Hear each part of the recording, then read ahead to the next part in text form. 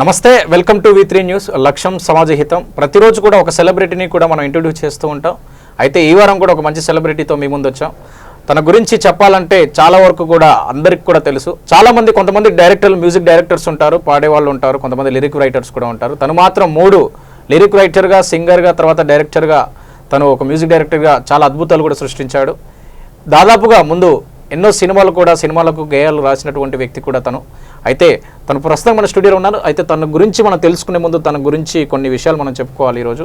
ఏంటంటే ఆయుధం సినిమా నుంచి, స్టైల్ మూవీ నుంచి కూడా కొన్ని అద్భుతమైన సినిమాలకు పాటలు రాసి తనకంటూ ఒక పేరు వచ్చిన తర్వాత నెక్స్ట్ ఒక మంచి మెసేజ్ కోసం కూడా మోటివేషన్ లాంటి సాంగ్స్ కూడా రాయడం కూడా జరిగింది. ఒక మెసేజ్ ఓరియంటెడ్గా ఎథిక్స్, ఎమోషన్స్, మోరల్ వాల్యూస్ తీసుకునేటటువంటి గొప్పగా ప్రతి పదంలో కూడా ఒక మెసేజ్ని ఇవ్వడానికి చాలామంది కూడా చరణ్ అర్జున్ అంటే కూడా తన పాటలు చాలా అద్భుతంగా ముందుకెళ్తున్నటువంటి విషయం మనం చూస్తూ ఉన్నాం. తన పాటలన్నీ కూడా ఒక రికార్డు స్థాయిలో కూడా చాలా వరకు కూడా కొన్ని మిలియన్స్ వ్యూస్లో ఆ సాంగ్స్ అన్ని కూడా రావడం కూడా చూస్తున్నాం. అలాంటి సింగర్ ఇప్పుడు మన స్టూడియోలో ఉన్న ప్రస్తుతానికి అతన్నే మీకు ఇప్పుడు ఇంటర్వ్యూ చేయబోతున్నాను. నమస్తే అన్న. నమస్తే బ్రదర్. మెయిన్గా ఈరోజు మాకు చాలా సంతోషమైనటువంటి విషయం ఏంటంటే మీ పాటలన్నిటిని కూడా చూస్తున్నాం, అబ్జర్వేషన్ చేస్తూ ఉంటున్నాం. దాదాపుగా తెలుగు రాష్ట్రాల్లోనే కాకుండా ఇతర రాష్ట్రాల్లో కూడా బాగా ఫ్యాన్ ఫాలోయింగ్ పెరిగిపోయింది. ఒక చరణ్ అర్జున్కి, చిన్ని చరణ్కి, ఈ రెండుకి ఇటుకి సంబంధం ముందు చెప్దాం. ఫస్ట్ అసలు చరణ్ అర్జున్ నుంచి చిన్ని చరణ్ గల రావడానికి గల కారణాలు ఏంటి? అంటే చిన్ని చరణ్ ఆల్మోస్ట్ నేనే మర్చిపోయాను, జనం కూడా మర్చిపోయారని అనుకుంటున్నాను. ఒక 4-5 ఇయర్స్ అయిపోయింది నా పాటలు ఏం రాక, నేను ఎక్కడ కూడా కనపడక. ఎలాగో కొత్తగా వస్తున్నాం కదా, మళ్ళీ కొత్తగానే వద్దాం, ఫ్రెష్గా వద్దామని అనుకుని కొన్ని న్యూమరాలజీ కొన్ని కూడా ఆలోచించి చరణ్ అర్జున్గా మార్చుకోవడం జరిగింది. అంతే. మీరు దాదాపుగా సినిమా పాటలు రాయడం నుంచి స్టార్టింగ్ నుంచే మీ పాటలలో కొన్ని పదార్థాల్లో మెసేజ్ ఓరియంటెడ్గానే రాయడానికి ఉంటారు బాగా. అంటే మీ సాంగ్స్ చూస్తుంటే దాదాపుగా అంటే ఈ ఓన్లీ ఫోక్ సాంగ్స్ టైప్ కానీ మామూలుగా వీటి టైప్ కాకుండా మెసేజ్ ఓరియంటెడ్ సాంగ్స్ బాగా ఇస్తూ ఉంటారు దాదాపుగా. అంటే వీటి కారణం ఏంటి? అంటే అది నేను సినిమాల్లో అనేది నా ఇష్టమే ఉండదు.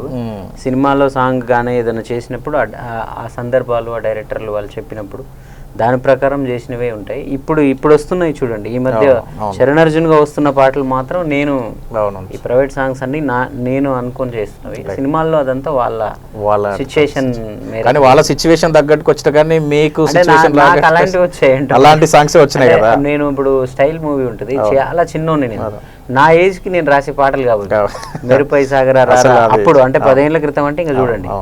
ఎందుకో మరి తెలియదు, అది రాసిన ఇప్పటికి కూడా మీరు ఈ మధ్య వస్తున్న పాటలు కూడా చూసుకుంటే చాలా మంది నా నెంబర్ సంపాదించుకుంటున్నారు.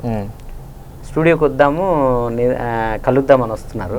వాళ్ళు వచ్చి రావడంతోనే వాళ్ళ మనసులో వాళ్ళు అనుకునేది ఏంటంటే పోగానే ముందు ఆయన కాళ్ళకు నమస్కారం చేద్దామని.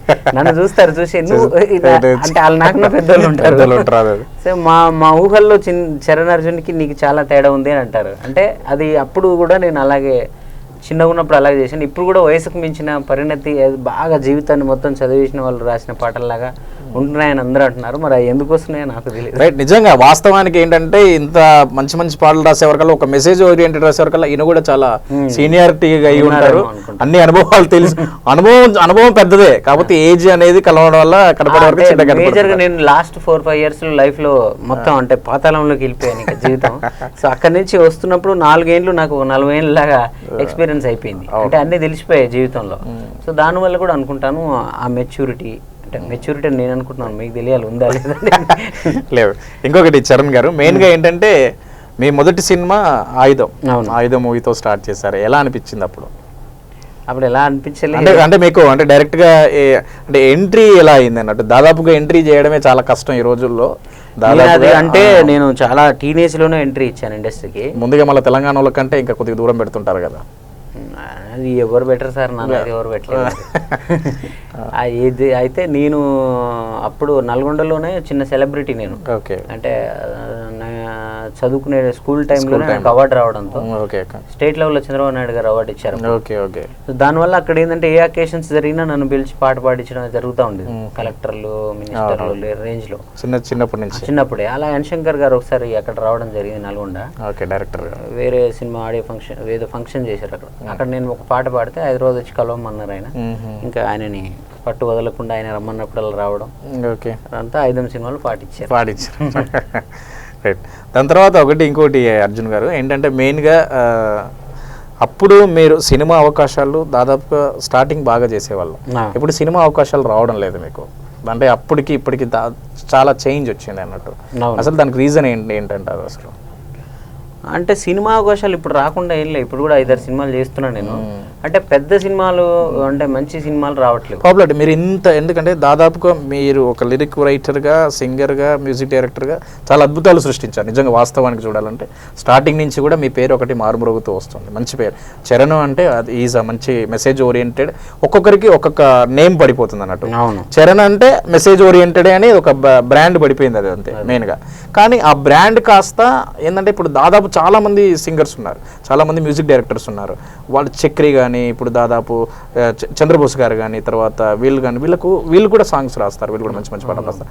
వాళ్ళకి తీటుగానే మీ మెసేజ్ ఓరియంటెడ్ సాంగ్స్ ఉంటాయి, కానీ వాళ్ళకు వచ్చిన నేమ్ మీకు రాలేకపోయింది ఎందుకంటారు? వస్తుందేమో ఇప్పుడు, ఏం మించిపోయింది ఉంది ఇంకా బోల్డ్ అంత టైం ఉంది కదా. అంటే ఆ స్టార్టింగ్ సినిమాలకు మళ్ళీ గ్యాప్ రావడం అనేది, ఆ గ్యాప్ అంటే అదే ఇక ఇలా రావట్లేదన్న ఫ్రస్ట్రేషన్లోనే నేను ఏదేదో తప్పుడు నిర్ణయాలు కొన్ని మేము ఓన్గా మూవీ చేయడం ఇలాంటివన్నీ జరిగాయి.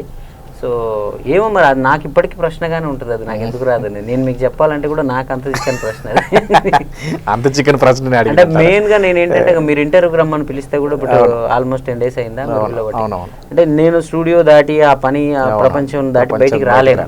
అంటే సోషల్గా మూవ్ అయ్యి బయట తిరిగితే అవి వస్తాయేమో, నేను అది చేద్దామని అనుకుంటాను, కానీ మన బాడీలో లేనిది అది ఎలా వస్తుంది? అంటే కూర్చుంటే మళ్ళీ అంటే అదే మూడ్లో అదే పని ఇస్తే రాక్షసుల్లాగా చేయడం మాత్రమే తెలుసు, కానీ ఆ పనులు తెచ్చుకోవడానికి అడ్డదారులు దొక్కడం రాదు. మరి కానీ ఇది అయిపోయినాక కూడా మీ ఆలోచన ఇంకా ఒకటి మంచి ఆలోచన ఏంటంటే యూట్యూబ్ ద్వారా మీరే ఓన్గా ఛానల్ చేసుకుని అట్లా ఇది ఇప్పుడు ఒక మంచి పేరు అనేది నన్ను నేను ప్రూవ్ చేసుకోవాలి, నాకు ఒక ఐడెంటిటీ తెచ్చుకోవాలని పోరాటం చేస్తా ఉన్నాను. ఆ పోరాటం అలా కుదరలేదు, ఇలాగా చేశాను. మరి దీని ద్వారా ఏమన్నా గుర్తిస్తారో చూడండి. లేదు, ఆల్మోస్ట్ అంతా దాదాపు గుర్తిస్తున్నారు. ఇంకొకటి చరణ్ గారు, మెయిన్ అయితే మీరు ఆయుధంలో రాసినటువంటి పాట ఒక మంచి మెసేజ్ ఓరియంటెడ్గా ఉన్నటువంటి సాంగ్ రాశారు, స్టైల్లో కూడా తీసినటువంటి సాంగ్. అంటే దాదాపుగా మీరు ఎంచుకున్న మెసేజ్ ఏం కదా, లవ్ సాంగ్ టైప్. నాకు మెసేజ్ ఓరియంటెడ్ అనేది స్టైల్తోనే మొదలైంది, స్టైల్తో స్టార్ట్ చేశారు. స్టైల్లో 2 పాటలు చేశాను. తర్వాత శంభో రవితేజ గారిది టైటిల్ సాంగ్ అని, అందులో ఒక మామూలు ఒక అమ్మాయి ఒక ఫ్రెండ్ కోసం అమ్మాయిని ఎత్తుకెళ్తున్నప్పుడు కూడా దాంట్లో కూడా ఒక ఫ్రెండ్షిప్. అది రాసేది మీరేనా లైన్ లిరిక్? సో అలా అంటే ఏదో ప్రతి పాటలు ఏదో చెప్పడానికి ట్రై చేస్తుంటే, బేసిక్గా నేనేంటే నల్గొండ నుంచి రావడం వల్ల ఈ ఇక్కడ ఏరియాలో ఒక చిన్న రెబలిజం కానీ, సమాజాన్ని క్వశ్చన్ చేయడం కానీ, ఆకలి కానీ ఉంటుంది. అయితే ఆ కొట్లాట గొడవ వైపు వెళ్లకుండా నేను కొంచెం దాన్ని బ్రాండెడ్గా సినిమా వైపు తీసుకొచ్చాను. అయినా లోపల ఇక్కడ ఉంటుంది కదా, అది ఈ మెసేజ్ రూపంలో వస్తుందేమో నేను అనుకుంటాను. నల్గొండ నుంచి వచ్చే వాళ్ళంతా కూడా దాదాపుగా ఈ ఆకలి ఇవన్నీ దాదాపు తెలిసే ఉంటాయి. కాకపోతే నేను ఏంటంటే మరీ ఆ ఉద్యమాలు కొట్లాట వైపు వెళ్లకుండా సినిమా వైపు వచ్చినా కూడా ఇది తెలియకుండా లోపల ఎక్కడో ఆ చిన్న అభ్యుదయ భావాలు ఉంటాయి కదా, అవి అలా మెసేజ్ రూపంలో వస్తున్నాయేమో అనుకుంటాను. ఇంకోటి, మీరు స్టార్టింగ్ అనుకున్నటువంటి సాంగ్ ఏంటి చరణ్ గారు? మామూలుగా మీరు మీ మనసులో నుంచి వచ్చినటువంటి పాట ఎక్కడ? అంటే స్టార్టింగ్ ఇక్కడ మీ ఫీల్డ్లోనే మీరు చిన్నప్పటి నుంచి ఉన్నప్పుడే మీ ఓన్గా బయటకు వచ్చినటువంటి ఫస్ట్ లిరిక్ ఏంటి? అదే ఆయుధం సినిమాలో పాట. అంటే జనరల్గా ప్రైవేట్గా చాలా వచ్చాయి బయట. ఓకే. నేను బాలకార్మిక వ్యవస్థ మీద చిన్నప్పుడే ఒక పాట రాశాను. అది ఎప్పుడు అంటే బేసిక్గా నేను స్కూల్లో ఉన్నప్పుడు కూడా ఆ స్కూల్కు నేను ఏ అకేషన్ జరిగినా కూడా అక్కడ నేను ఓన్గా కంపోజ్ చేసుకున్న పాటలే పాడేటోండి. దేశభక్తి గీతాలు కావచ్చు, బాలకార్మికుల వ్యవస్థ గురించి కావచ్చు, జన్మభూమిలో కూడా అలాగే రాశాను. అదే నాకు అవార్డు తెచ్చిపెట్టింది. మిమ్మల్ని దాదాపుగా ఏంటంటే లిరిక్ రైటర్గా, డైరెక్టర్గా బాగానే గుర్తిస్తారు. ఇప్పుడు సింగర్ పాడుతుంటే ఏనైనా పాడింది అది మాత్రం ఖచ్చితంగా క్వశ్చన్ ఉంటుంది. మీరు అది క్వశ్చన్. నాకు లాస్ట్ 1 year వరకు కూడా నేను నాలో సింగర్ ఉన్నాడని నాకు తెలియదు. అంటే సింగర్, ప్రొఫెషనల్ సింగర్ కాదు మనము. నా పాట నేను ఏదో ఇలా ఇంట బాగుంటుందని అలా చెప్పగలుగుతాను అంతవరకే అనుకునేవాడిని. ఈ మధ్యలో నేను కొన్ని సినిమాలు చేశాను. బాలీవుడ్ వాళ్ళు తెలుగు సినిమా చేశారు, అశ్వమేధం అని. ఈరోజు 20th ఆ సాంగ్ రిలీజ్ అవుతుంది. వాళ్ళు ఏంటంటే 2 lakhs పెట్టి ఒక సింగర్ని బుక్ చేసుకున్నారు ఆల్రెడీ నేను ఒక పాటకి. ఓకే. ఆ హీరో కానీ ఆ డైరెక్టర్ కానీ వాళ్ళందరూ లేదు నాకు ఈ వాయిసే ఉండాలి, చరణ్ పాడిన వాయిసే ఉండాలి అని ఫైట్ చేశారు నాతో. ఓకే. నాకు అంత పెద్ద సింగర్ నా సినిమాలో వస్తున్నాడు అని చెప్పి నాకు హ్యాపీ ఉంటుంది కదా. ఏంటి వీళ్ళని నేను ఫైట్ చేస్తున్నాను, ఏంటయ్యా నీ వాయిసే ఉంచమని చెప్తుంటే నువ్వు మాతో ఫైట్ చేస్తావు అని వాళ్ళు. అంటే వాళ్ళు తెలుగు వాళ్ళు కాదు, ముఖస్థుతికి చెప్పట్లేరు. సో టాలెంట్ మాత్రమే చూస్తున్నారు నిజంగా నాలో ఉన్నాడేమో సింగర్ అని చెప్పి నాకు అప్పుడు కాన్ఫిడెంట్ అయింది. తర్వాత ఇప్పుడు ఏదైతే BVM క్రియేషన్స్ నువ్వోరాయి నేను శిల్పి ఈ పాటలన్నీ హిట్ అవడంతో పర్లేదులే సింగర్ ఉన్నాడు జనాలు చెప్పేది. BVM క్రియేషన్స్ అనేది మీరు ఓన్గానైనా సార్? ఓన్ కాదు, అది వాళ్ళు మొన్నే కలిసారు 5 పాటల తర్వాత నాకు ఫేస్ టు ఫేస్ కలిసారు. వాళ్ళు జస్ట్ ఫోన్లలోనే వాళ్ళకి నాకు సింక్ అయింది, అలా ట్రావెల్ అవుతున్నాం. నాన్న సాంగ్ మీరే పాడి మీరే రాసి మీరే చేసి ఇప్పటి వరకు వచ్చిన నేను పాడాను. జనాలకు కూడా ఏం బోర్ కొట్టినట్టు కొట్టింది అనిపించినప్పుడు మారుస్తా. అంటే వాళ్ళు ఒప్పుకోవట్లేరు, అది ఎమోషన్ అలా. నిజంగా వాస్తవం మీరు ఒక మాట అన్నారు, అది కరెక్ట్. ఎలా అంటే లేదు మ్యూజిక్ డైరెక్టర్ అంటే చరణ్ ఓకే, తర్వాత లిరిక్ రైటర్ అంటే మంచి పదాలు రాస్తాడు, సింగర్ ఉన్నాడా పాడతాడా అసలు అనేది తెలియదు దాదాపు వరకు తెలియదు. ఎప్పుడైతే మీరు స్టార్ట్ చేశారో ఉన్నారు ఇప్పుడు తెలిసింది. ఇప్పుడు ఇంకా అందరూ ఈరోజు నిన్న కూడా చిన్న బిట్ సాంగ్ వచ్చింది నివాసి అనే, చిన్నది 2 లైన్స్ ఉంటాయి నా వాయిస్, దానికే ఆహా అంటారు వీళ్ళు ఊరికే చెప్తున్నారా అని ఇంతకుముందు అనుకునేటోని ఇప్పుడు కరెక్ట్గా చెప్తున్నారా అని తెలుస్తుంది. మీరు ఇప్పుడు ఈ కొత్తగా ఇక్కడ ఛానల్లో స్టార్ట్ చేసిన తర్వాత, మీరు ఓన్గా స్టార్ట్ చేసిన తర్వాత, సింగింగ్ స్టార్ట్ చేసిన తర్వాత ఇక్కడ ఫస్ట్ సాంగ్ ఏది మీరు? ఫస్ట్ సాంగ్ అదే నువ్వో రాయి నేను శిల్పి. ఒకసారి మా కోసం అంటే అంతకుముందు ఒక ఊరు సాంగ్ వచ్చింది. అవును, అది మీరు అది కూడా అఫీషియల్ గా ప్రొఫెషనల్ గా రాలే, నేను ఏదో ప్లాన్ చేద్దామని అనుకుంటుంటే ఈ BVM వాళ్ళే దాన్ని ఫొటోస్ పెట్టారు దాంట్లో. అవును, ఫొటోస్ తీయమని మేము ఫోన్ చేసినప్పుడు గొడవతో స్టార్ట్ అయ్యి అది ఇక్కడ దాకా వచ్చింది. ఆ సాంగ్ కాస్త నాకు తెలిసి ఒక 20-30 యూట్యూబ్ ఛానల్ వాడుకున్నారు. అది యాక్చువల్లీ మా ఊరు కోసం రాసింది. అది మా ఊరికి నేను నా పెళ్ళి అయింది ఒక లాస్ట్ ఇయర్ అయినప్పుడు నేను ఊరికి వెళ్తే ఆ ఊర్లో ఉన్న పరిస్థితులన్నీ చూసి ఎక్కువ రోజులు ఊర్లో ఉన్నాను. అరే ఊరు ఇంతకు ముందు ఎలా ఉండే ఇప్పుడు ఎందుకు ఇలా అయిపోయింది అని చెప్పి నేను మా ఊరు ప్రతి లైన్ మా ఊరు గురించి ఆలోచించి రాసా. అది అన్ని ఊర్లోకి వెళ్ళిపోయింది. ఒకసారి మా కోసం అది ఒక 2 లైన్స్ లిరిక్.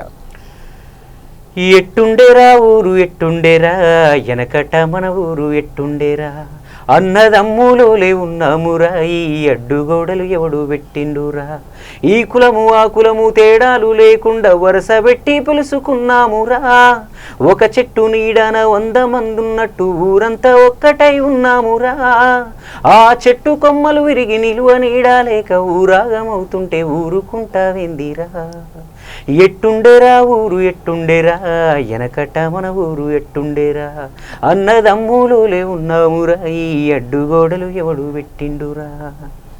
చాలా సూపర్. ఇది మీరు ఇదే పాటను నేను అసలు ఆపను, కంటిన్యూ మీరు ఇది ఖచ్చితంగా పాడాలి. లాస్ట్ లో ఒకటి ఇదే సాంగ్ లో లాస్ట్ లో ఒకటి మంచి చెప్తుంటారు, అది పిల్లలు ఇలా ఆడుకునేది ఇలా చేసేది అనేది లాస్ట్ లైన్స్ కావాలి మాకు. తర్వాత వాడతాను. లాస్ట్ బాగుండేది అది సాంగ్, రైట్. దాని తర్వాత అదే ఈ ఓరియంటెడ్గా నిజంగా నేను చూసాను, ప్రతి విషయంలో చూసింది ఏంటంటే దాదాపు కొంతమంది ఏంటంటే ఎకనామిక్స్కి సంబంధించిన పాటలు ఏవైనా రాస్తుంటారు, ఏమైనా పాడుతుంటారు, ఏదైనా చేస్తుంటారు. ఇప్పుడు సొసైటీలో అదే కనపడుతుంది. అసలు ఆ పాటకు అర్థం ఉండదు, తర్వాత అర్థం ఉండదు, ఆ మీనింగ్ అసలు అనేది కనపడదు.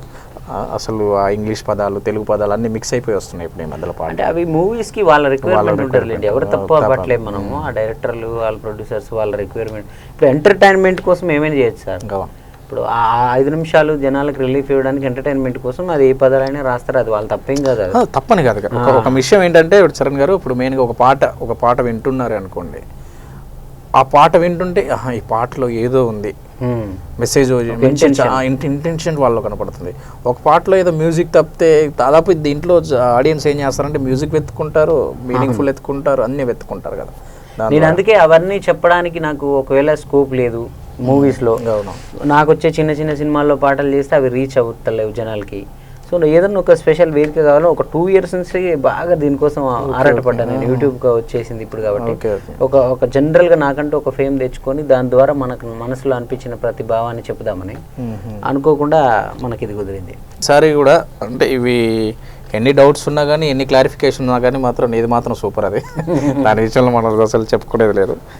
దాదాపుగా సరే ఈ సినీ ఫిలిం ఇండస్ట్రీ మీ మనసు గెలుచుకోకపోయినా నిజంగా చెప్తున్నాను వాస్తవ చరణ్ గారు, దాదాపుగా యువత పేరెంట్స్ కూడా ఇప్పుడు ఓల్డ్ వాళ్ళు కూడా ఇలాంటి పాటలు వినడానికి ఇష్టపడుతున్నారు. దాదాపుగా నిజంగా నేను చూస్తున్నాను. ఆ పాట చూడు ఎంత బాగుందో, ఈ పాట చూడు ఎంత బాగుందో. నాకు తెలిసి మీరు పాడినటువంటి నాన్న సాంగ్ ఉంది చూసారా, అసలు ఎలా అంటే అది ఒక ఎమోషనల్గా ఒక నాన్న గుర్తుకు రావాలంటే నాన్న చూడాల్సిన అవసరం లేదు. నాకు తెలిసి ఆ పాట వింటే వాళ్ళ ఫీలింగ్స్ మొత్తం వచ్చేస్తాయి, బయటకు వచ్చేస్తాయి. అంటే నాకు ఆనందకరం విషయం ఏంటంటే సార్, జనరల్గా అంటే ఇలాంటి పాటలు ఏదో ఒక పెద్ద హీరో సినిమాలో ఆ హీరో అడ్డం పెట్టి జనంలోకి పంపిస్తుంటాం మనం. పెద్దోళ్ళు ఏ హీరో లేరు, ఏ బ్యాక్గ్రౌండ్ లేదు, ఏ ప్రొడక్షన్ వాల్యూస్ లేవు, ఎవరు లేరు.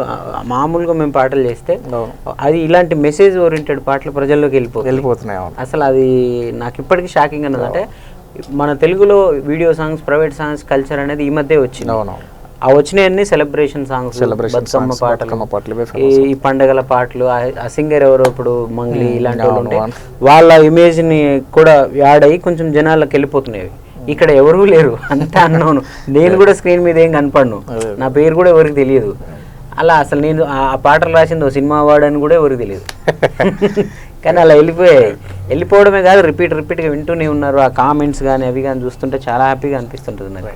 ఇంకొకటి చరణ్ గారు, మెయిన్గా ఏంటంటే ఈ నాన్న సాంగ్ మీరు పాడేటప్పుడు మామూలుగా ఒక సాంగ్ ఎన్ని రోజులు తీసుకుంటారు మీరు? అదంతా జస్ట్ ఒక హాఫ్ అన్ అవర్ 1 అవర్లో జరిగే ప్రాసెస్లు అవి. వామ్మో. అందులోనే కంపోజింగ్, లిరిక్ అన్ని వచ్చేస్తాయి. మ్యూజిక్ ఇన్స్ట్రుమెంటేషన్ దానికి చాలా మంది మనుషులు అవసరం పడతారు కాబట్టి దానికి 4-5 రోజులు టైం పడుతుంది. కానీ ఒక పాట పుట్టడం అనేది స్టార్టింగ్ ఎండింగ్ ఒక హాఫ్ అన్ అవర్ అయిపోతుంది, ఒక వరదలాగా వచ్చేస్తుంది అంతే. మధ్యలో ఏమన్నా స్ట్రక్ అయిపోయి మళ్ళీ దాని గ్యాప్ తీసుకోవడం అలాంటివి ఏమి ఉండదు. లేదు. అంటే ప్లస్ ఈ నిన్న వచ్చిన ప్రైవేట్ సాంగ్స్ అన్ని కూడా అన్ని ఏదో ఒక సందర్భంలో పుట్టినవి. అంటే ఎవరో ఒక వ్యక్తి ఇన్స్పైర్ చేస్తేనో, ఓ సంఘటన ఇన్స్పైర్ చేస్తేనో వచ్చిన సాంగ్సే. ఒక మనం ఓన్గా అప్పటికప్పుడు చేసిన ఏం లేదు. ఓన్లీ ఇప్పుడు రాబోతున్నది ఒక బ్రదర్స్ సాంగ్ వస్తుంది. అది మాత్రం యూట్యూబ్లో ఫాలోవర్స్ అందరూ నన్ను కామెంట్స్ పెట్టి అడిగారు చాలా మంది. మా అన్నదమ్ముల మధ్య చిన్న డిస్ప్యూట్స్ ఉన్నాయి, మేము ప్రేమలు ఉన్నాయి కానీ మాకుంది, దీని మీద పాట చేయన్న అంటే కావాలని చేసింది అదొక్కటే. ఇప్పుడు ఇంతకు ముందు అన్ని అలా పుట్టినాయి అన్ని ప్రేక్షకులకు ఆదరణ కోసం ఫస్ట్ టైం చేసిన.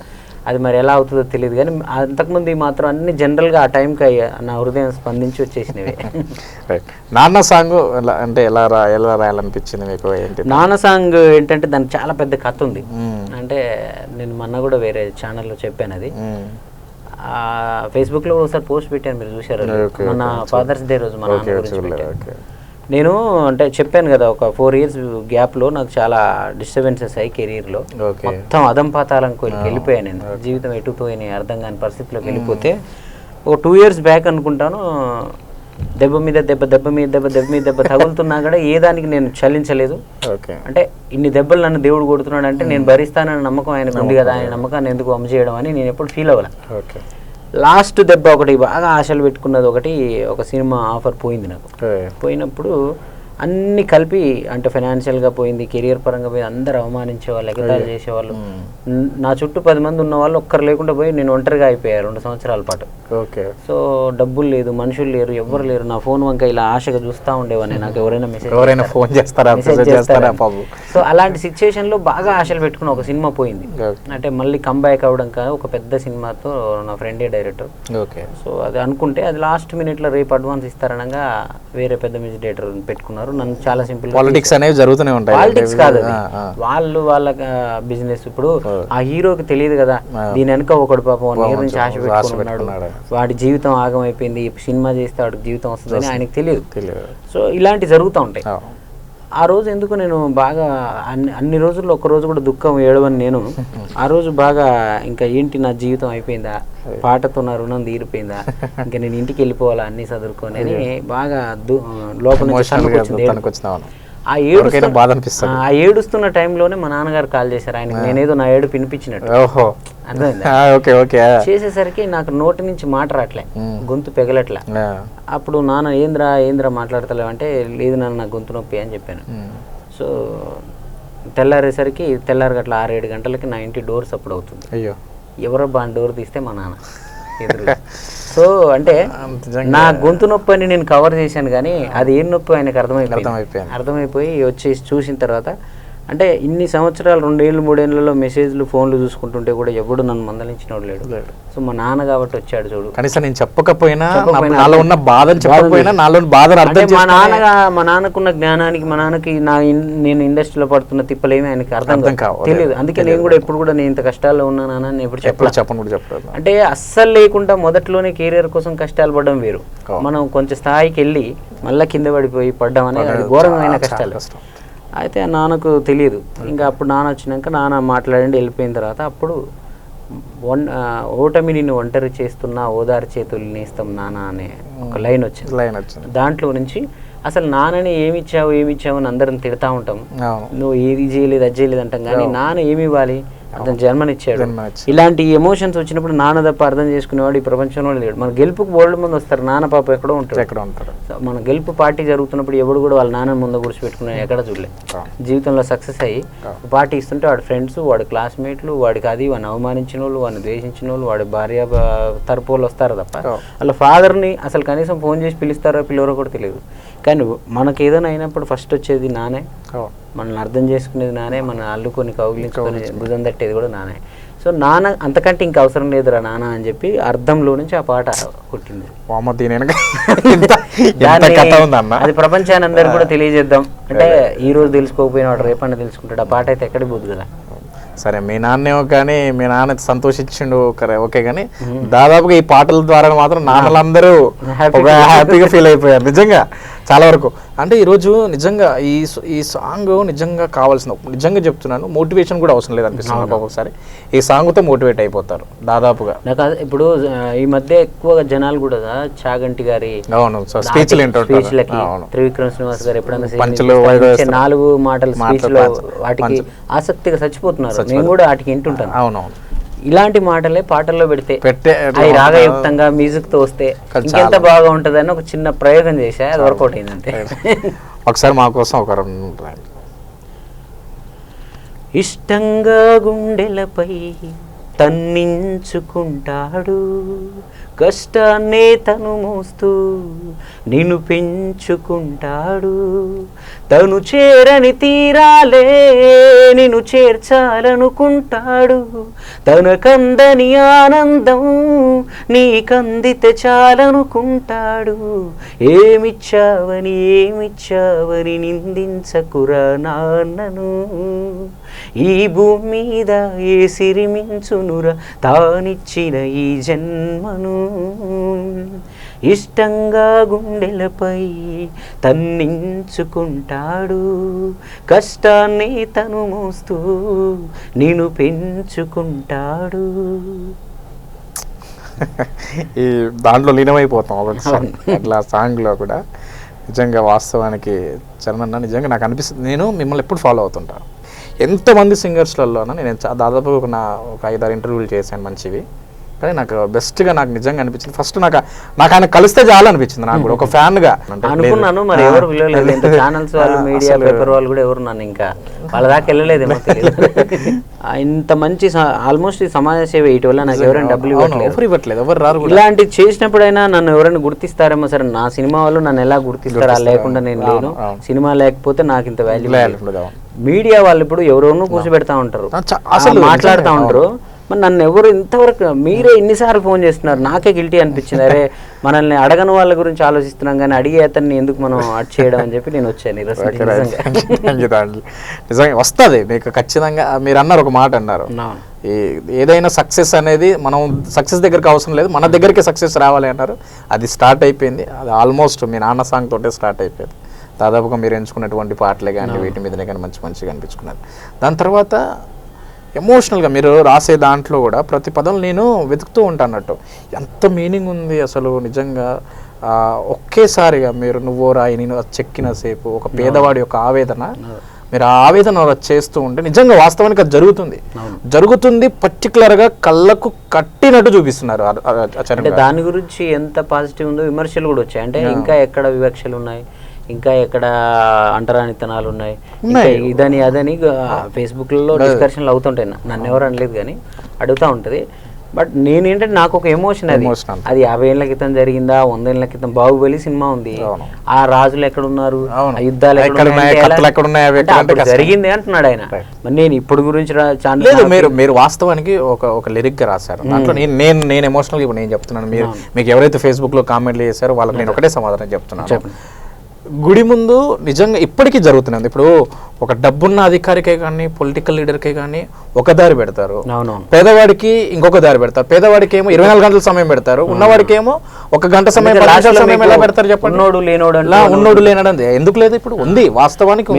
అంటే నాకు వచ్చిన విమర్శలు కూడా ఎక్కడంటే ఈ చెక్కిన వాళ్ళు ఉంటారు కదా, వాళ్ళని ఏదో అంటారు, శిల్పి వాళ్ళు, కళాకారులు వాళ్ళు. ఓకే, వాళ్ళు ఏమంటారంటే మమ్మల్ని చాలా గౌరవంగా చూస్తారు గుళ్ళల్లో, మాకు చాలా రెస్పెక్ట్ ఉంటుంది, మమ్మల్ని అంటరాని వాడు ఎలా అంటావు అంటారు. నేను వాళ్ళకి నేను ఈ టీవీ ముఖంగా కూడా చెప్తున్నాను ఏంటంటే, అంటరాని వాడంటే నా ఫీలింగ్ ఇప్పుడు అక్కడ మీకు ఆ విజువల్లో కనపడుతుంది. అక్కడ తను చెక్కిన శిల్పి ఆ గుడి ముందర కూర్చుంటే ఆ బిచ్చగాడో ఏదో అనుకుని అక్కడ ఆయనకి వేసిపోతుంటారు. అంటే ఆయనకు ఒక గుర్తింపు లేదు. అంటే ఆయన ఉత్తరాయిని తీసుకొచ్చాడు దేవుని పెడితే దేవుడిని పూజిస్తారు అంతా, దేవుడికి పాలాభిషేకాలు చేస్తారు. ఆ చెక్కిన వాడు పక్కన ఉంటే కూడా నెట్టేస్తా ఉంటారు. కళ అంటే ఒక కళాకారుడు లేదా సృష్టించిన వాడికి విలువ లేదు అని. ఇప్పుడు ఎగ్జాంపుల్ నేనే ఉన్నాను, నేను ఇక్కడ నుంచి పోతుంటాను అనుకోండి, నా పాటే ఒకటి చెవులకు పెట్టుకుని వింటూ వాడు ఎంజాయ్ చేస్తూ ఉంటాడు, నన్నే వాడు ఏదో అనొచ్చు, అతను వినేది నా పాటే, నన్ను గుర్తించకుండా కనీసం నువ్వు వాల్యూ ఆ మనసులో మాత్రం ఇది రాసినాడు ఎవడో ఈయన కళ్ళకు మొక్కాలి అనుకుంటాడు, ఆయన పక్కనే ఉంటే నన్ను తిట్టొచ్చు, నేను ఏదో అనొచ్చు. అంటే నా ఇంటెన్షన్ అది. అంటే మనిషికి గుర్తించరు, దేవుడే కాదు ఊరికే రాయి తీసుకొచ్చి అక్కడ పెట్టి ఓ కళాకారుడు సృష్టించిన దానికి ఒక వేరే క్యాస్ట్ అయిన బట్టలు నేస్తాడు, వేరే క్యాస్ట్ అయిన ఇంకేదో చేస్తాడు, ఒక డబ్బు కొడతాడు, డోలు కొడతాడు, అన్ని చేసి దేవుడా అని చెప్తే అతన్ని మాత్రం సూపర్ అంటారు. వీళ్ళ కళను గుర్తించారు అన్న ఫీలింగ్ తప్ప అంటరాని తనం అంటే అది కాదు నా దృష్టిలో. అంటే జనాలు ఏంటంటే మేము ఒక పదాన్ని పట్టుకొని ఇప్పుడు అంటరానితనం మనం ఇంటెన్షన్స్ తో మనం రాస్తాం. అవును, అంటరానితనం అనేది ఇది ఒక్కటే కాదు, 10 విధాలుగా ఉంటుంది. అదే విశ్వబ్రాహ్మణ ఏదో వాళ్ళు అంటారు, అంటే మేము అంటరాని వాళ్ళం కాదు అంటారు. అంటే మీరు అంటరాని వాళ్ళు అంటే మీకు బాధ ఇస్తుంది, మరి నిజంగా వేరే వాళ్ళని అంటరాని వాళ్ళు మీరు ఒప్పుకుంటున్నారు జనరల్ గా ఆలోచిస్తే. అంటే వాళ్ళని అంటరాని వాళ్ళు అంటే మీకేం కదా, ఇది కూడా ఆలోచించాలి. ఏంటంటే జనాలు ఏంటంటే ఒక పదం అంటే మేము కాదు వాళ్ళు అని వాళ్ళే చెప్తున్నారు, అంటే ఎక్కడొక్కడ ఉన్నట్టే కదా. ఒకటే చరణ్ గారు, మీరు కులాలకు మతాలకు అతీతంగా ఇవన్నీ కులాలు మతాలు వేరైనా మనుషులందరూ ఒక్కటే అని నినాదంతో మీరు పాటలు రాస్తూ ఉంటే వాళ్ళు కూడా లేదు మాది ఇది కులం మాది ఈ మతం నాకు అనేది. మీకు విషయం తెలుసలేదు, చిన్నప్పటి నుంచి నాకు ఈవెన్ తెలంగాణ ఉద్యమం ఇంత జరిగినప్పుడు కూడా నేను ఎప్పుడు ఆ దాంట్లోకి పోలేదు. ఎందుకు పోలంటే నాకు కులం మతం ప్రాంతం అనే ఫీలింగ్స్, అది మన అవసరం, మన తెలంగాణ ఉద్యమం మనకు అవసరం, రాష్ట్రం అవసరం కావచ్చు, కానీ నా ఎమోషన్ నాకు అది లేదు, దానివల్ల నేను వెళ్ళలే. అలా కులాలు కానీ మతాలు కానీ ఏది నాకు ఇంట్రెస్ట్ ఉంది. క్రికెట్ చూడండి నేను దేశాలు మధ్య విద్వేషాలు రెచ్చగొడతాను, క్రికెట్ చూడండి. మీరు నిజంగా బయట ఏదో చరణ్ గారు అలా పాడుతూ ఉన్నారు, అలా ఎంజాయ్ చేస్తున్నారు జనాలు అనుకుంటున్నారు, ఎన్ని బాధలు ఉన్నాయని నిజంగా అసలు అంటే ఇన్ని ఫీలింగ్స్ అంటే ఇన్ని ఎదురవుతున్నా కానీ ఇన్ని సమస్యలు ఎదురవుతున్నా కానీ వాటికి ధీటుగా నేను మనుషులకు సంబంధించిన రాస్తున్నా, నా దాంట్లో ధైర్యం ఉంది, నిజాయితీ. నాకు ఎప్పుడు నేను కష్టంలో ఉన్నప్పుడు బాధలో ఉన్నప్పుడు కూడా రామజోగ శాస్త్రి గారు, అంటే నేను బేసిక్గా రైటర్ అయి ఉండి కూడా నేను ఇలాంటి అద్భుతమైన పాటలు రాసి ఉండి కూడా రామజోగ శాస్త్రి గారు సన్నాఫ్ సత్యమూర్తిలో ఒక పాట రాశారు, చల్ చలో చలో అనే పాట. దాంట్లో చాలా వర్డ్స్ నన్ను ఎప్పుడు ఆ రోజుల్లో చాలా నాకు ఓదార్పునిచ్చేవి, ఇప్పుడు కూడా ఇస్తే. ఏంటంటే దాంట్లో చాలా ఉంటాయి. చూద్దామంటూ నీ తడాక నీ దగ్గరికి కష్టం వచ్చిందిరా అని ఒక వర్డ్, నీ ఇంటి గుమ్మం దాకా వచ్చింది. అంటే మనకు సవాళ్ళు ఎదురైతే కష్టాలు ఎదురైతే అది బాధలని నేను ఎప్పుడు అనుకున్నాను. నేను మగాన్ని కాబట్టి దేవుడు నాకు కష్టాలు పెడుతున్నాను, నేను వాటిని ఎదుర్కోగలుగుతాను కాబట్టి నేను నా దగ్గరకు వస్తున్నాయి అనుకుంటాను. అంతే. మా కోసం ఒకసారి అంటే మీరు రాసిన ఇంటెన్షన్లోనూ ఒకసారి నువ్వో రాయి నిన్న శిల్పి సాంగ్ అంటే నేను డైరెక్ట్ ఇవన్నీ ఎందుకు అడుగుతున్నానంటే చరణ్ గారు, మీరు ఆఫ్ స్క్రీన్ అయిపోయారు మీరు మొత్తం. అవును, ఆన్ స్క్రీన్ అంతా వేరే వాళ్ళని వదిలిపెట్టేస్తున్నారు, ఆఫ్ స్క్రీన్లో లిరిక్ రైటర్గా మ్యూజిక్ డైరెక్టర్గా సింగర్గా అన్ని మీరు ఉన్నప్పటికీ కనీసం ఒక్క సెకండ్లో కూడా ఒక మినిట్లో కూడా అరే చరణ్ ఇక్కడ అసలు పాడేవాళ్ళు ఎవరు, ఫోటో అనేది కాదు. జనాలు ఏంటంటే మీరు చూసారో లేదా, నేను అబ్జర్వ్ చేశానో లేదు, కొంతమంది నన్ను ఏంటంటే నువ్వో రాయి నేను శిల్పి సాంగ్ రాసినప్పుడు ఆ చెక్కుతున్నాడు కదా, అందులో నటించాడు కదా, అతనే పాడాడేమో శివశంకర్ గారు, అతనే పాడాడేమో ఛానల్ అతనిదే, ఓకే అతనే పాడాడు అనేది వెళ్ళిపోయింది ఇంటెన్షన్ మొత్తం. జీవించాడు ఆయన అసలు దాదాపు కానీ ఇది చరణే పాడా అనేది అది. అందుకని మా కోసం ఒకసారి లైవ్లో, ఎందుకంటే ఇది చరణ్ గారే ఉన్నారు అనేది దాని గురించి అంతే. నువ్వు రాయి నేను శిల్పి చెక్కుతున్నంతసేపు, నిన్ను నేను చెక్కుతున్నంతసేపు, ఆ తరువాత అంటారంతా నిన్ను దేవుడని, నేను అంటరాని వాడిని. నీ గర్భగుడినే చెక్కేటప్పుడు నేను పెద్ద మేస్తిరి, అది పూర్తయ్యాక నాకొస్తా ఉంటే నన్ను బయటికి తోస్తీవి. నువ్వు రాయి నేను శిల్పి చెక్కుతున్నంతసేపు, నిన్ను నేను చెక్కుతున్నంతసేపు, ఆ తరువాత అంటారంతా నిన్ను దేవుడని, నేను అంటరాని వాడిని. ఈ సాంగ్ అసలు ఈ సాంగ్ అనేది దాదాపుగా మీరు అన్నారు ఇంతకుముందుకు, ఇలా అన్నారు సార్, ఇలా వాళ్ళు వీళ్ళు కొంతమంది ఫోన్ చేసి నేను ఈ పదాన్ని వాడినందుకు, అంటరంతనం వాడినందుకు నాకెవరు నాకు ఫోన్ చేసేంత ధైర్యం అది ఫేస్బుక్ లో జనరల్ గా వాళ్ళు కామెంట్స్ టైప్ ఉంటాయి. నాకు ఫోన్ చేస్తే నేను నిజంగా అండి చరణ్ అన్న గారు, నాకేమనిపిస్తుంది అంటే మంచికి ఎప్పుడు ఏదో పెడదాం దీంట్లో, ఏదో చేయాలి, ఏదో పెట్టాలని ఉంటుంది. చెడుకు మాత్రం బాగానే ఉంటుంది. అంటే వాళ్ళు ఏంటంటే వాళ్ళ ఉద్దేశాలు ఏదో రకంగా అందరితో పాటు గుంపులో గోవింద, అది మంచిది. జనరల్ గా ఏంటంటే అందరితో పాటు నేను ఏదో పాటలు, బతుకమ్మ పాటలు ఏదో పాటలు చేస్తే నాకు ఈ గుర్తింపు రాకపోతే, అలాగే వాళ్ళు ఏంటంటే సూపర్ బాగుంది బాగుంది అని అందరు పోడుతుంటే వీళ్ళు కూడా అలాగే అంటే వీళ్ళు అందులో కలిసిపోతారు కదా. వీళ్ళు ఏదో ఎలిగేషన్ పెట్టాలి, పెడితే వాళ్ళ గురించి మాట్లాడు. ఈ రోజు టీవీలో మాట్లాడుకుంటున్నాం కదా, వాళ్ళు సక్సెస్ అయినట్టే. మీ ప్రతి దాంట్లో కూడా మీనింగ్ఫుల్ గానే వచ్చి ఉన్నాయండి. మీకు ఒక్క పాటకే వచ్చింది పాపం, మిగతా ఏ పాటలకు నన్ను ఎవరేమన్నా అందరూ. నెక్స్ట్ దాని తర్వాత మీరు ఇంకొకటి చాలా అద్భుతంగా రాశారు. నేను కూడా కాల్ చేసినప్పుడు కూడా అన్న ఇప్పుడు ఏమందుకులే ఒక మంచి సాంగ్ రాస్తున్నా, దాని తర్వాత కలుద్దాం అన్నా, ఏడా పోయినా ఓ మనిషి, అది రియల్. నిజంగా చెప్తున్నా, నా మనస్ఫూర్తిగా చెప్తున్నా, నేను జీవితంలో ఆ పాట మర్చిపోయాను నా లైఫ్లో కూడా నిజంగా. ఎందుకంటే జరుగుతుంది అదే విషయం. మీరు ప్రాక్టికల్గా చూపించారు, సెల్ ఫోన్లను చూపించారు, ఎక్కడ ఉంటే స్కైప్లో మాట్లాడుతావు, అది మాట్లాడుతావు, ఇది మాట్లాడు, దగ్గరుండే నాన్నతో మాట్లాడు, అమ్మతో మాట్లాడు, చెల్లితో మాట్లాడు, నీ ఫ్రెండ్తో మాట్లాడు. అసలు ఎంత అద్భుతం అని అంటే అసలు నిజంగా మనిషి చివరికి అది చేసి కనుమరుగైపోతున్నాడు. మనిషి లేడు అనే ఒక ఇంటెన్షన్. ఈ సాంగ్ మీకు ఎలా అనిపించింది రాయాలని? ఇది ఏంటంటే చాలా అంటే ఇలా ప్రతి పాట చేసుకుంటూ వస్తున్నప్పుడు అంటే నెక్స్ట్ మాకేం మూవీ కాదు కదా, నెక్స్ట్ శుక్రవారం ఇంకో పాట రావాలి, మనకు రూల్స్ జరుగుతుంటుంది, అవుతూనే ఉంటుంది, జరుగుతుంటది. అయితే నరసన్న ఉన్నారు కదా సింగర్, ఫోక్ సింగర్ నరసన్నకు పెద్ద కూతురు కోటి అని ఉంటుంది. సో మేమంతా సేమ్ ఫ్యామిలీ వాళ్ళ నేను సొంత బాబాయ్ లాగానే వాళ్ళకు ఉంటాను. అమ్మ ఇక్కడ చదువుతుంది కోటి, శ్రీహిత. ఒకరోజు తను స్టూడియోలోకి వచ్చినప్పుడు నర్సన్న అంటే ఈ అన్ని ఎమోషన్స్ నా లోపల ఉంటాయి, కానీ పాటగా బయటికి రావడానికి ఒక మూలం కావాలి, అక్కడ ప్రాక్టికల్ ఒకటి జరగాలి. అయితే ఆ అమ్మాయి ఏం చెప్పిందంటే నర్సన్నకి, నిన్న ఇంటర్మీడియట్ ఇప్పుడు అయితే కోటి నిన్ను నెక్స్ట్ అమెరికా పంపిస్తాను రా, సాఫ్ట్వేర్ ఇంజనీర్ చేపిస్తాను, అక్కడ ఉండాలంటే. తను ఇంటర్మీడియట్ జస్ట్ ఫస్ట్ ఇయర్ అమ్మాయి. తను ఒక మాట అంది, నాన్న నేను అమెరికాకి వెళ్ళి సాఫ్ట్వేర్ ఇంజనీర్ ఏదో అయ్యాను అనుకో, నేను మొత్తం నా జీవితంలో ఇండియాకి నేను 20 సార్లు వస్తాను, అంటే నా లైఫ్లో నాకు ఇంత చేసిన నేను 20 సార్లు అయినా చూస్తాను. ఆ క్వశ్చన్ తను ఎలా వేసిందో నాకు అర్థం కాదు. అవును కదా, ఎంత మిస్ అవుతున్నారు అంటే అమెరికా పోయేవాడే కాదు, హైదరాబాద్ లో వాళ్ళ ఫాదర్ ను వాడు ఎన్నిసార్లు చూస్తున్నాడు, వాడు ఫ్రెండ్ ఎన్నిసార్లు, వాళ్ళ చెల్లెలతో ఎన్నిసార్లు మాట్లాడుతున్నాడు, తమ్ముళ్ళతో. ఈ ఎమోషన్స్ నుంచి చిన్నగా ఏడబోయిన ఓ మనిషిని స్టార్ట్ అయిపోయి ఇక నా లోపల ఉన్నోడు మొత్తం బయటకు వచ్చాయి. నా లోపల ఈ సెల్ ఫోన్లు, ఇవన్నీ గోళ్ళు, మనిషితనం అనంత మిస్ అయిపోతుంది. జనరల్ గా మనం ఇక్కడే ఉన్నాం సార్, ఇదే హైదరాబాద్ లో కొన్ని వేల మంది, లక్షల మంది, వందల మంది తిరుగుతూనే ఉంటారు. అందులో ఒకడు పాపం చాలా ఆకలికి చచ్చిపోయి కష్టంలో ఉంటాడు, వాడిని గుర్తించే నాదుడే ఉంటాడు పక్కన, కానీ వాడి గురించి మాత్రం చెప్తారు. వాడు మనుషుల మధ్య ఉన్నాడు, మరి ఆడికి కనీసం నేను కూడా ఎన్నోసార్లు అనుభవించాను అలాంటి. నేను ఇదే హైదరాబాద్ లో 2 సంవత్సరాలు నాకు ఎవడన్నా మెసేజ్ చేస్తాడా చూశాను, మరి నాకు లేరా? నాకు బోలెడు మంది బంధువులు ఉన్నారు, బోలెడు మంది ఫ్రెండ్స్ ఉన్నారు. ఇప్పుడు వరదలు పుంకాలు అసలు మెసేజ్లు చూసుకోవడానికి కూడా టైం లేనంత మెసేజ్లు వస్తున్నాయి. మరి ఈ మనుషులంతా అప్పుడు ఎటుపోయారు అంటే ఏమొస్తే వీళ్ళు వస్తారు. సో ఈ అన్నిటి నుంచి నాకు ఆ ఎడబోయిన మనిషి అనే పాట అంటే ఒక రకంగా చెప్పాలంటే నేను కష్టంలో ఉన్నప్పుడు ఎడిపోయినవరా మనిషి అని అన్న ఫీలింగ్ లో కూడా వచ్చి ఉంటుంది అది. చరణ్ గారు డైరెక్షన్ వేరే ఉంటారా చరణ్ గారు?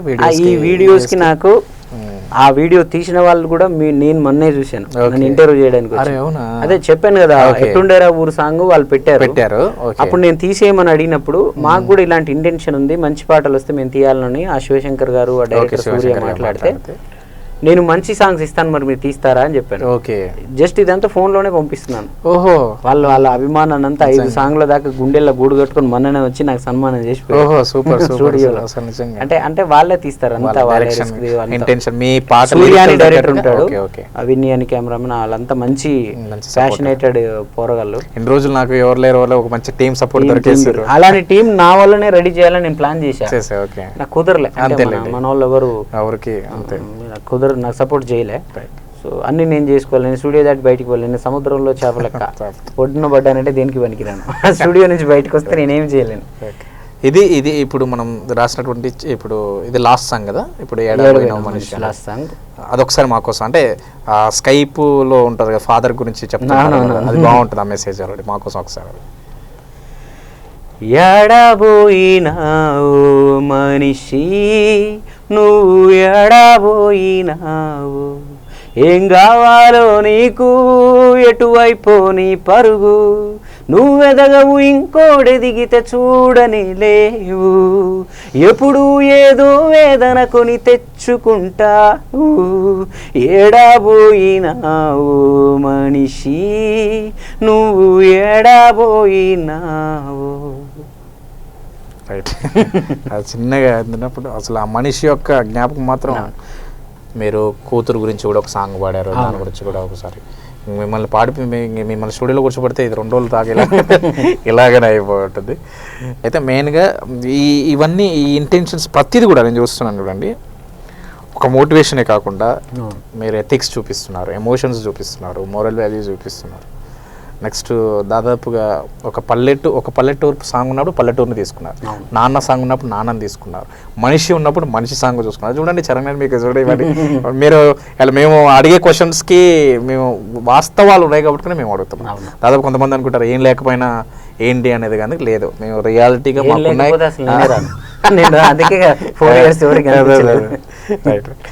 మెయిన్గా ఇవన్నీ రాస్తున్నప్పటికీ మనకు మంచి చేస్తున్నప్పటికి ఇంటెన్షన్ ఇప్పుడు ఎలా అనిపిస్తుంది మీకు ఈ సాంగ్స్ మీద మీకు రాస్తున్నప్పుడు? అంటే జనరల్గా నేను ఏ సమాజాన్ని ఉద్ధరించాలనో సమాజానికి మెసేజ్లు చేయాలనో మొదలుపెట్టలేదు.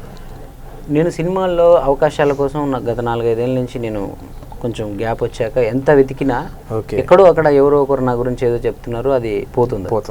నాకు ఎందుకు అవకాశాలు రావట్లేదు, నన్ను నేను అలా ప్రూవ్ చేసుకోవాలి అర్థం కావట్లేదు. అంత బిఫోర్ కూడా అందరు అంటారు ఆయన ఏదో సినిమా చేశాడు దానివల్ల ఆయన చెడగొట్టుకున్నాడని. అంతకుముందు కూడా నేను మ్యూజిక్ చేసిన సినిమాలు కూడా పెద్ద హీరోలకు సినిమాలకు అన్అఫిషియల్గా ఏదైనా కంపోజ్ చేసినా లేకపోతే లిరిక్ రాసినా హిట్ అయ్యేది. నేను సొంతంగా మ్యూజిక్ చేసిన సినిమాలు కంపోజిషన్ ఏది పోకపోవడం వల్ల చాలా మంది నన్ను ఏమనే వాళ్ళంటే నువ్వు అనవసరంగా మ్యూజిక్లోకి వచ్చావు, అనవసరంగా కంపోజింగ్లోకి వచ్చావు, ఊరికే పాటలు రాసుకుంటూ ఉంటే అయిపోయేది కదా అని అందరూ అంటుండే. నాలో ఉండేది నాకు తెలుస్తుంది, ఎవరి టాలెంట్. అయితే వీళ్ళందరికీ నేను ఏదో ఆన్సర్ ఇవ్వాలి, నేను కంపోజ్ చేసుకున్న పాట రాసుకున్న పాట ప్రజలందరూ హిట్ చేయాలి, అప్పుడు వీళ్ళందరికి నోర్లు మూపియాలని నాకు ఎప్పుడు ఉండేది. దానికోసం నేను ఎన్ని సినిమాలు మ్యూజిక్ చేసినా అన్ని వర్కౌట్ అవ్వకుండా పోయాయి. సో ఒకనొక దశలో నాకు కూడా డౌట్ వచ్చేసింది, నిజమేనేమో వీళ్ళు చెప్పేది, కానీ మళ్ళీ ఎక్కడో లోపల ఉంటుంది కదా. సో దానికోసమని నేను ఫైట్ చేశాను.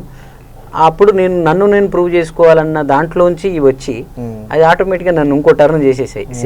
మొన్న ఒక ఆయన స్వామీజీ ఇదే చెప్పారు, ఏమంటారంటే నన్ను నేను ప్రూవ్ చేసుకోవడం కోసం ఇది చేశానంటే నీ అవసరం సినిమాకు మించి సమాజానికి ఉందయ్యా, నువ్వు చెప్తే నీ మాట ప్రజలు వింటున్నారు కాబట్టి ఇంకా మంచి విషయాలు చెప్పు నువ్వు అన్నారు. సో అలా కొనసాగుతుంది అది. రైట్, ఇక చివరిగా అంటే మెయిన్గా మనం ఇది చేస్తున్నాం అన్నమాట. ఇంకొకటి మీరు అంటే ప్రతిదీ కూడా నాన్న గురించి అమ్మ గురించి ఇలా ప్రతి ఒక్కటి కూడా పాడుకుంటూ వస్తున్నారు. కూతురు గురించి కూడా మీరు అద్భుతంగా పాడినటువంటి విషయం అది కూడా ఇప్పుడు చాలా మంది ఇప్పుడు ఏంటంటే యూత్ మొత్తం కూడా కూతురు అంటే ఇలా ఉండాలా ఇంటెన్షన్ వాళ్ళలో కలిగింది మాకోసం ఒకసారి.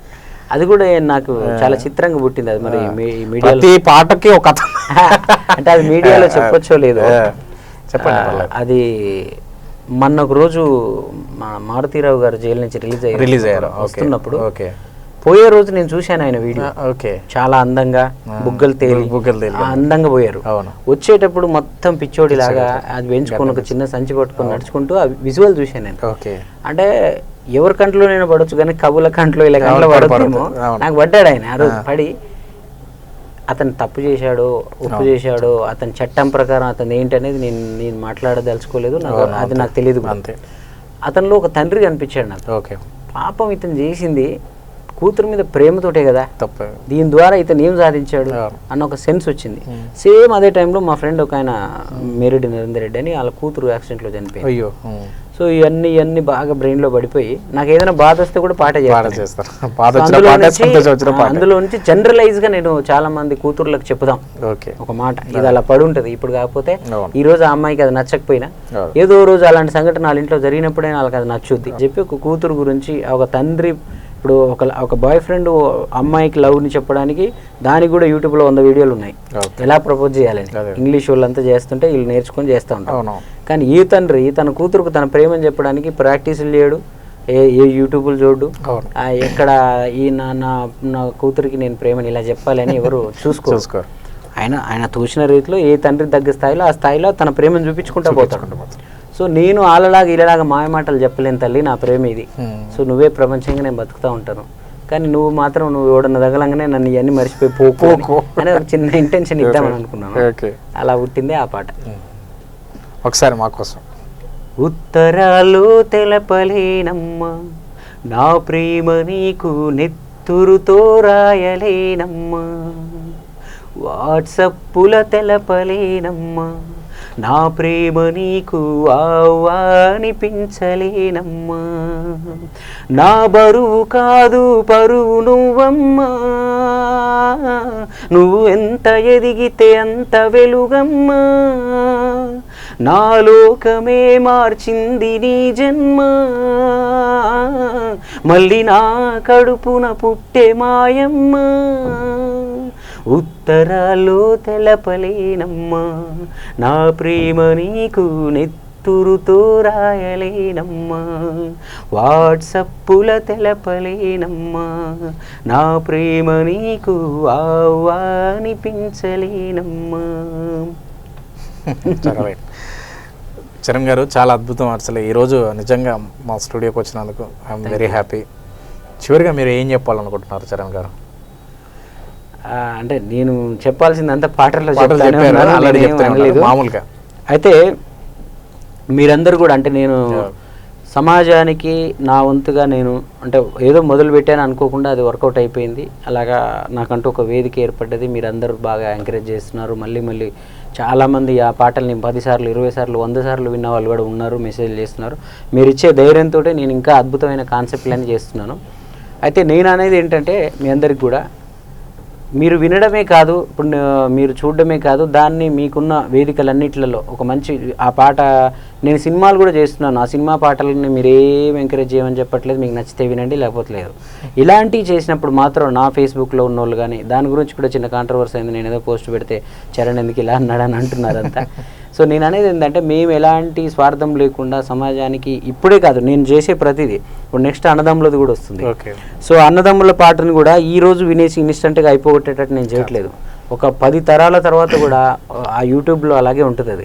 సో అప్పుడు బ్రదర్స్ కొట్టుకుంటే కూడా వాళ్ళకు కూడా అర్థమయ్యేలాగానే నేను చేస్తున్నాను. కూతురు అనేది ఎప్పటికీ ఉంటుంది, నాన్న ఎప్పటికీ ఉంటాడు, ఇంకా 100 ఏళ్ళ తర్వాత కూడా నాన్నలు ఉంటారు, నా మనోడు కూడా నాన్న అవుతాడు.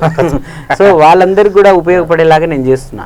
సో దాన్ని మన జనరేషన్లో మనందరం ఇప్పుడు ఉన్న చాలా వేదికలు వచ్చాయి కాబట్టి అందరం మీరు చేయాల్సింది ఏం లేదు. మేము ఇంత కష్టపడి చేస్తున్నప్పుడు మీరు చిన్న షేర్ చేయండి, లేకపోతే నలుగురికి చెప్పండి, ఆ పాటలను చేరవేయండి.